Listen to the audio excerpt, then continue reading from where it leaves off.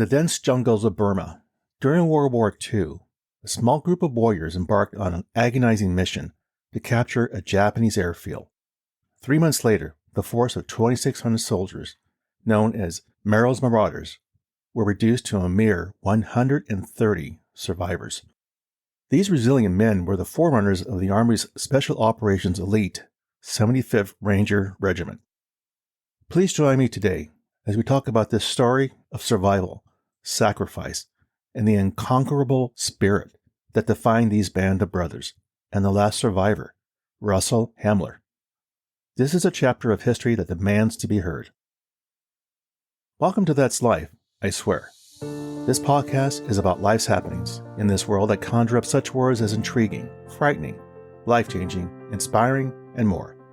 I'm Rick Barron, your host. That said, here's the rest of this story. When orders are handed over to soldiers, there's no discussion of why or any feedback on why you don't agree with what you have to do. No, you just go. Such was the mission of a few men during World War II to tackle what was not only a dangerous encounter to capture a Japanese-held airfield, but a journey of more than 500 miles through mountainous jungles in North Burma and dealing with relentless monsoon rains, combat tropical diseases, and struggle with the challenges of malnutrition. For the 2,600 soldiers who took on this mission, their adrenaline was constantly at a high rate as they had to face fierce attacks from superior numbers of enemy troops. The stakes were high and the dangers were ever present, 24/7. It was 3 months into this unbearable journey that the objective of capturing the airfield was achieved. It was one of the greatest victories that emerged during World War II, yet the cost was immense. Of the 2,600 soldiers who took on this mission in 1944, only 130 able-bodied soldiers remained. Do the math, and you'll see that 95% of the unit was taken down or wounded in order to achieve the final goal. These were just common men, farmers, mechanics, men with families, individuals who may have not seen the other side of the world until now. So who were these brave souls that did their duty to contribute to the ending of World War II?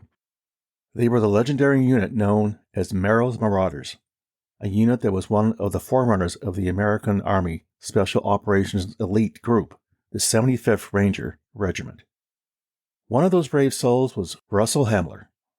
On December 26 of 2023, the echoes of history resounded as Russell Hamler, the last survivor of Merrill's Marauders, took his last breath as he passed away at a veterans hospital in Pittsburgh, marking the end of an era.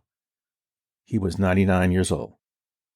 So how did Russell find himself in this brave band of men? Imagine yourself in the shoes of this very young man who, on his 18th birthday in June of 1942, left high school to enlist in the Army. Originally stationed in Puerto Rico, he volunteered, like his comrades, for a secretive mission with an anticipated casualty rate reaching up to 85%. In essence, I didn't think any of us would pull through, Russell said, reflecting on the audacity of their undertaking. As a private first class, Mr. Hamler may not have been a leader, but he experienced the full intensity of jungle combat beyond enemy lines. Armed with a Thompson submachine gun, he fought in 3 of the 5 major battles and numerous engagements. The jungles were full of Japanese, he recounted. We did a lot of shooting because they just kept coming. It didn't take long after the bombing of Pearl Harbor that Japanese forces overran Southeast Asia, capturing Hong Kong, Singapore, and Indochina. Forced into a humiliating retreat, American General Joseph Stilwell paved the way for a courageous return to Burma. Winston Churchill himself described the country of Burma as the most forbidding fighting country imaginable, setting the stage for a long-range penetration unit challenging the Japanese control. General Stilwell appointed General Frank Merrill to command the unit, officially known as the 5307th.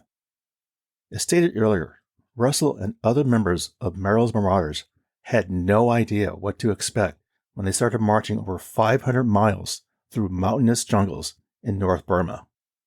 Now try to visualize marching single file through bamboo, twisted vines, and banyan trees of the jungle. Along the way, these men felt the suffocating tropical inferno, the jungle, a relentless adversary teeming with dysentery and malaria. Not only that, but then having to deal with the ferocity of the Japanese army.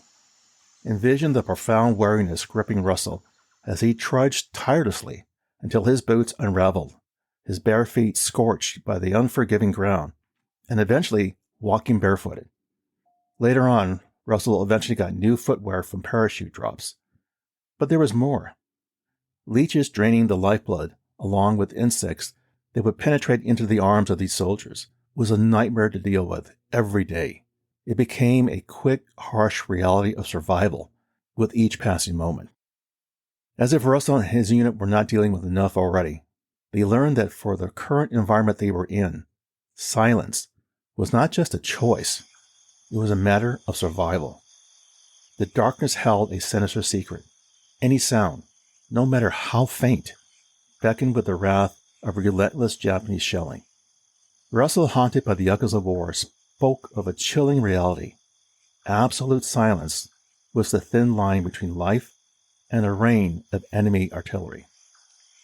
In this ominous theater of conflict, pairs of men became silent sentinels, carving out foxholes in the unforgiving earth. One slept while the other stood guard. Yet even the exchange of roles was a ritual of silence, a deadly dance choreographed to avoid detection. A taut rope, a lifeline in the stillness, connected the sentry to his comrade who was asleep. When the time came to switch the guard, the sentry would tug on that lifeline, a silent summons in the blackness. No words uttered, no breath released, just the quiet communication of survival in a nocturnal battleground. In this relentless jungle symphony, the very act of waking became a covert operation. In short, the night itself held its breath, and silence was the currency of life. The army provided meager K rations, which amounted to about 2,800 calories a day, which was very insufficient for soldiers having to march far more into the gauntlet of battle. Sometimes facing starvation, the unit resorted to desperate measures, such as tossing grenades into the rivers, scavenging lifeless fish to cook in their helmets. The jungle enforces an eerie silence at night, where any sound became an invitation for Japanese attacks. The struggle for survival intensified, echoing through the dense foliage of this harrowing battleground. There were moments, I'm sure, where some of the soldiers were asking themselves, "What the hell am I doing here?" It wasn't long before Russell and his comrades found themselves in an intense battle that would last 10 days. The Marauders dug themselves into a ridgetop village known as Namga. Ordered to hold a position against relentless Japanese banzai assaults, the Marauders found themselves in a brutal defensive struggle, a role that they were very ill prepared for. They were constantly being hit hard by Japanese mortars and large artillery. For these brave souls, they saw death coming at them for 10 straight days, which may have felt like 10 years. Surrounded, the Marauders fought tooth and nail, orchestrating their battalions in a desperate dance of survival.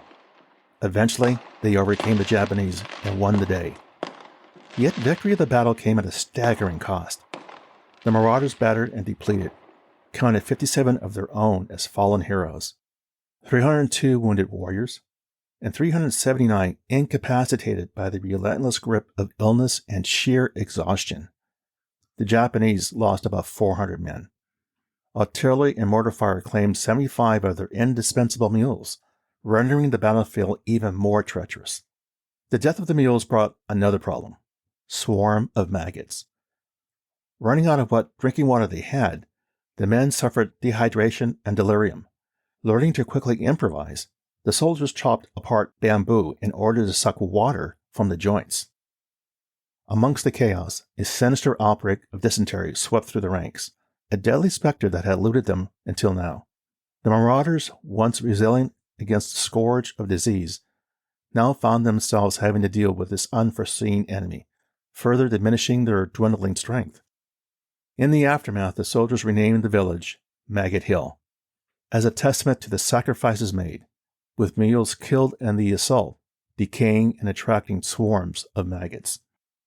Russell was hit during the fighting in the hip by a mortar fragment and was immobilized in his foxhole during the 10 days of fighting. But that didn't stop him from fighting as he blasted away with his Thompson submachine gun, helped finally arrive by the 3rd Battalion that broke through the village. The leader of Merrill's Marauders, General Merrill, himself suffered a heart attack, and command was then passed over to Colonel Charles N. Hunter. In May of 1944, 3 months after entering Burma, the airstrip in the fortified town of this little village, the mission's key objective, fell to the Americans and Chinese troops, and the Marauders disbanded a week later. The unit's sacrifice was beyond staggering. In the end, the final numbers were 93 combat fatalities in Burma, 30 dead from disease, 293 wounded, and 8 missing. An additional 1,970 men were hospitalized, including 72 with psychoneurosis. After the battle, Russell was evacuated to northern India, spending 5 weeks in a hospital. Returning home to Pennsylvania, he served as a military policeman until his discharge in 1945, honored with a Purple Heart and a Bronze Star. Russell Hamler's journey continued as he became a mechanic for Trans World Airlines, retiring in 1985. Born on June 24, 1924, in Mount Lebanon, Pennsylvania, he leaves behind a legacy survived by his sons Jeffrey and James, following the passing of his wife in 2018. In 2022, the Congressional Gold Medal was awarded to Merrill's Marauders, a well-deserved recognition and very long overdue. This was fueled by the lobbying efforts of surviving veterans and family members. At a ceremony near his home, Mr. Hamler received his medal, expressing the horror of war. In his vision for a peaceful world, Mr. Hamler proposed a body of international leaders to resolve global issues through dialogue instead of bullets. As reflected in the story, you heard not just the heroism of Merrill's Marauders, but also the enduring spirit of one man who was the very last survivor of this unit that dealt with the horrors of war and championed the cause of peace. What can we learn from this story? What's the takeaway? When someone who was once our so-called commander-in-chief says that those who fought and died in such wars as World War II as suckers and losers, remember this. These unselfish group of common men and others answered the call to protect and secure the safety of our country. They didn't ask, well, what's in it for me? The United States has its faults for sure, but in the end, it's a country we can be very proud of, that people like Russell Hamler and others were there to answer the call. Well, there you go, my friends. That's life, I swear. For further information regarding the material covered in this episode, I invite you to visit my website, which you can find on either Apple Podcasts or Google Podcasts for show notes calling out key pieces of content mentioned and the episode transcript. As always, I thank you for listening and your interest. Be sure to subscribe here or wherever you get your podcasts so you don't miss an episode. See you soon.